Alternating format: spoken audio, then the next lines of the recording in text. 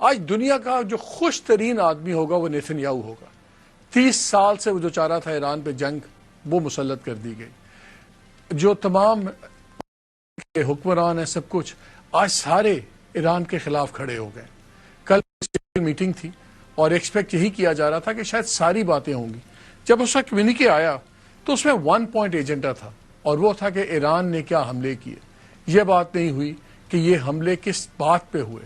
پہلے ایران پہ امریکہ اور اسرائیل نے جو کیا وہ کس نے کیا اس پہ کوئی بات نہیں ہوئی.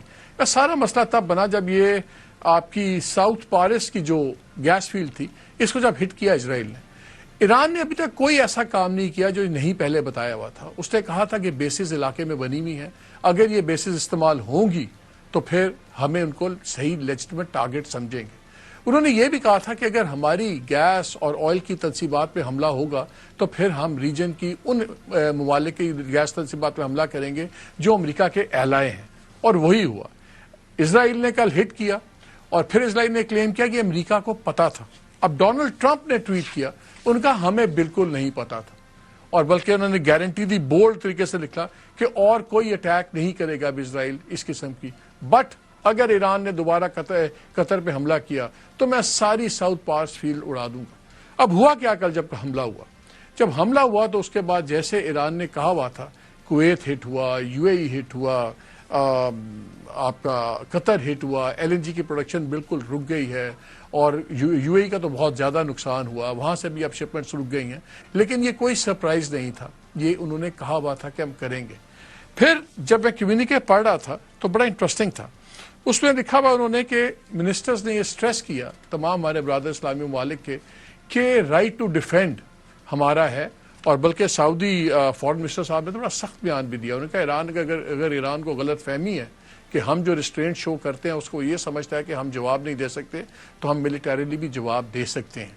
اب یہ کون سوچ سکتا تھا, اینمٹی اپنی جگہ, لیکن کون سوچ سکتا تھا کہ آج سے 1 سال پہلے 2 سال پہلے کہ تمام مشرق وسطیٰ ایک طرف ہو جائے گا اور وہ لائن بولے گا جو امریکہ اور اسرائیل بول رہے ہیں.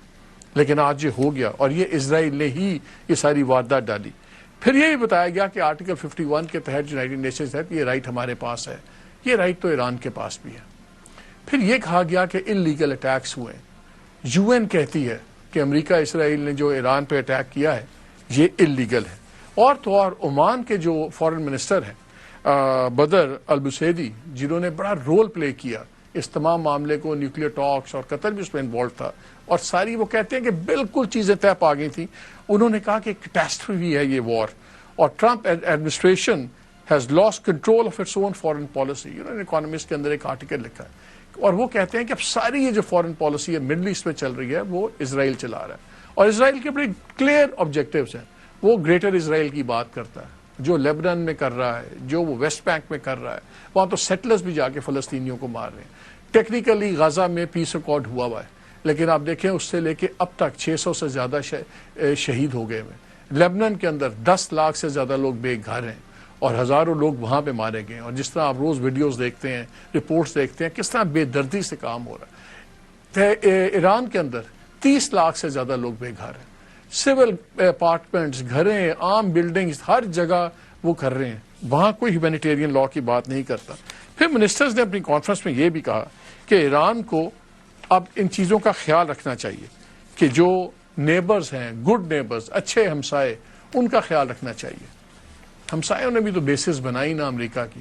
اور پھر پیٹ ہیکسٹ جو ڈیفنس سیکرٹری ہیں امریکہ کے, سیکرٹری آف وار رادر, انہوں نے تو 2 دفعہ پچھلے دنوں میں کہا کہ جتنے دفاعی نظام ہیں ان تمام ممالک کے, ہم وہ تمہارے تمام ایئر ڈیفنس سسٹمز ہم استعمال کر رہے ہیں, اور اس سے ہمیں یہ فائدہ ہو رہا ہے کہ ہمیں بڑی پریسائز ہم ٹارگیٹنگ کر رہے ہیں, اور ہمارا ایمونیشن بھی لگ رہا ہے کام.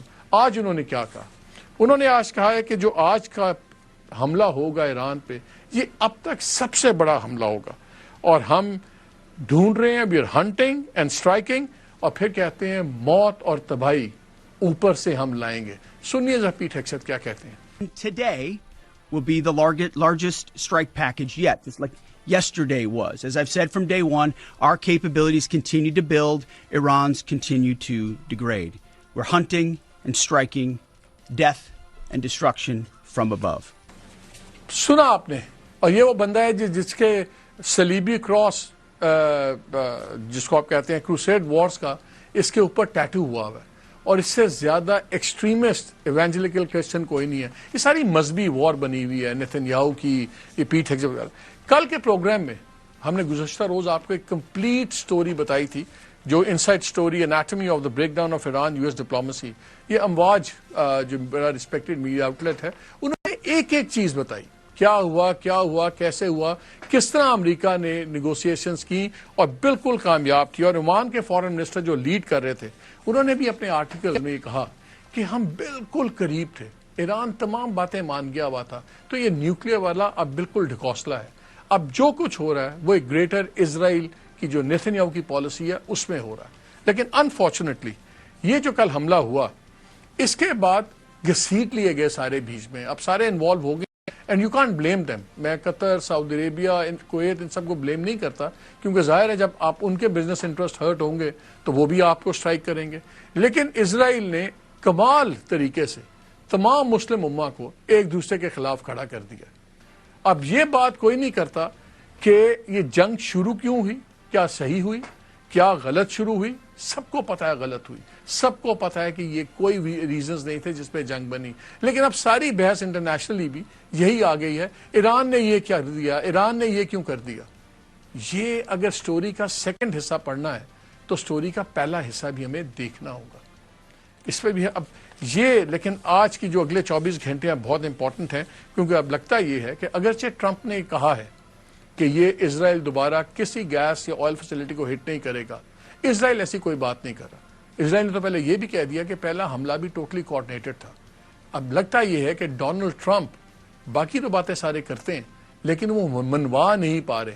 اور جو نیتن یاہو ہے، نیتن یاہو کی یہ چیز سمجھنی بڑی ضروری ہے. اسرائیل کے اندر 90% جو لوگ ہیں اس جنگ کے حامی ہیں جو ایران پہ حملہ ہوا ہے. امریکہ میں 70% سے زیادہ فیصد لوگ اس جنگ کے خلاف ہیں. تو ٹرمپ کا پالیٹکس اور طرف پھنسی ہوئی ہے، نیتن یاہو کی اور طرف ہے. لیکن لیٹسٹ سرورز بڑے انٹرسٹنگ آئے ہیں اسرائیل میں. اگرچہ 90% لوگ جو ہیں وہ جنگ کے حق میں ہیں، لیکن جو نیتن یاہو اور اس کی جو ایکسٹریم جنونی دائیں بازو کا الائنس ہے، ان کی پاپولیرٹی نہیں بڑھ رہی. اور آج وہاں کے پولز یہ بتا رہے ہیں کہ اگر الیکشنز ہوتے ہیں تو نیتن یاہو ہار جائیں گے. نیتن یاہو اس لیے ابھی اس معاملے کو اس سے بھی زیادہ آگے لے کے جائیں گے. اب یہ بڑا کڑا امتحان ہے ایران کے لیے کہ ایران کو دیکھنا پڑے گا کہ وہ کیا اسرائیل کے اس گیم پلان کے مطابق کھیلے جہاں اسرائیل کو پتا تھا ایران ریاکٹ کرے گا، یا اب تھوڑا سا اس کو اپنا ہاتھ روکنا پڑے گا. This is for the Iranians to decide.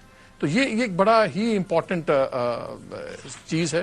اب پتہ لگے گا، کیونکہ جو ایرانین فارن منسٹر کا بھی بیان آیا ہے، انہوں نے کہا کہ ہمارا صرف جو ہم نے جواب دیا ہے یہ ہماری ملٹری طاقت کا بہت تھوڑا حصہ تھا، اور یہ ہم نے صرف ایک جواب دیا ہے.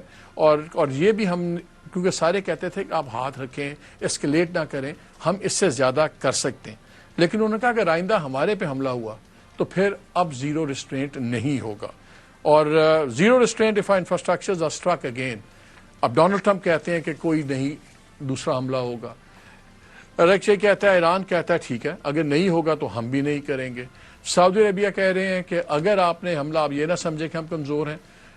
جو دوسرے ممالک ہیں، اب یورپین یونین یا یورپ، وہاں کی بھی میٹنگ ہوئی، انہوں نے بھی ایران پہ بات کی، لیکن کم از کم وہ ساتھ کھڑے نہیں ہوئے تھے. ایک چیز تو واضح ہو گئی ہے کہ مڈل ایسٹ میں سمجھ تو آ جانی چاہیے سب کو کہ یہ جو امریکہ کو اڈے دینا تھا، انہوں نے ان کی سیکیورٹی بڑھائی نہیں بلکہ خطرات زیادہ پیدا کیے ہیں. کیونکہ at the end of the day اگر یہ جنگ نہ مسلط ہوتی تو نہ سعودی عربیہ، نہ کویت، نہ یو اے ای، کوئی بھی ان حملوں کی زد میں نہ آتا. اور اگر جب زد میں آیا بھی ہے تو کتنا بچا پائے ہیں ان کو. اب یہ ٹرننگ پوائنٹ اب آ گیا مڈل ایسٹ میں، بیکاز اگر آج یہ نہ سمجھے تو پھر آنے والے دنوں میں ان کو ایک بہت ہی خوفناک ہیجمن اسرائیل کے ساتھ ڈیل کرنا پڑے گا. وہ اپنے سروائیول کی جنگ لڑ رہا ہے نیتن یاہو.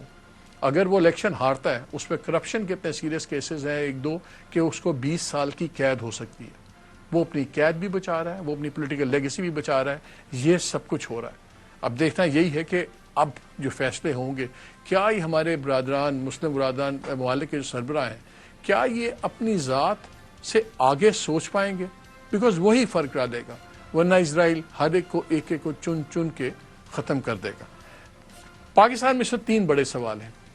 کیا ہوگا ایران کی جنگ کا؟ ظاہر ہے ہمارے نیبر ہیں، مسلمان ہمارا ملک ہے، ہم اس میں کنیکٹڈ ہیں. دوسرا، اس کا ہماری معیشت پہ کیا اثر ہوگا؟ اور تیسرا جو ہمارا مسئلہ چل رہا ہے وہ ہے ہمارا افغانستان کے ساتھ. ابھی ایک ٹیمپرری سیز فائر پاکستان نے کیا ہے، جو افغانیوں نے بھی ساتھ دیا دیا، ہم بھی کر رہے ہیں، بھائی تم نہ کرو، ہم آپ کی ٹھکائی کر رہے ہیں. ہم نے بھی کیا. سعودی عربیہ نے، ترکیہ نے، قطر نے ریکویسٹ کی کہ عید پہ نہ کریں، اور ہم نے کل آپ کو اس کی کافی تفصیل بتائی کہ اس میں چائنا کا کیا رول ہے. ابھی تک تو معاملہ ٹھیک ہے، لیکن اس پہ بھی ہم بات کریں گے، اور اس پہ میں ذرا تفصیل میں چاہتا ہوں کہ آپ کو پتہ لگ جائے کہ وہاں پہ گیم پلان کیا ہے، عوامل کیا ہیں، افغانستان کے اندر کون سا گروپ ہے، کون نہیں ہے، اس پہ بھی ہم بات کریں گے. اور آپ بڑا انٹرسٹنگ آپ کو ملے گا، بڑا نالجبل آپ انجوائے کریں گے، اور آپ کو ایگزیکٹلی پتہ لگ جائے گا کہ کون پلیئر ہے، کون پاکستان کے ساتھ ہے، کون خلاف ہے. اور جہاں تک رہے گی بات معیشت کی، پروگرام کے آخری حصے میں ہم بات کریں گے. ہمارے ساتھ minister of state for finance ہوں گے بلال کیانی، کہ ہم معاشی طور پر کیا ہماری تیاری ہے اگر یہ جنگ کچھ دن چلتی ہے، ہم کتنے پریپیئرڈ ہیں، اور اس وقت سچویشن کیا ہے، بیکاز آنے والے دن پاکستان کے لیے بہت ٹف ہوں گے.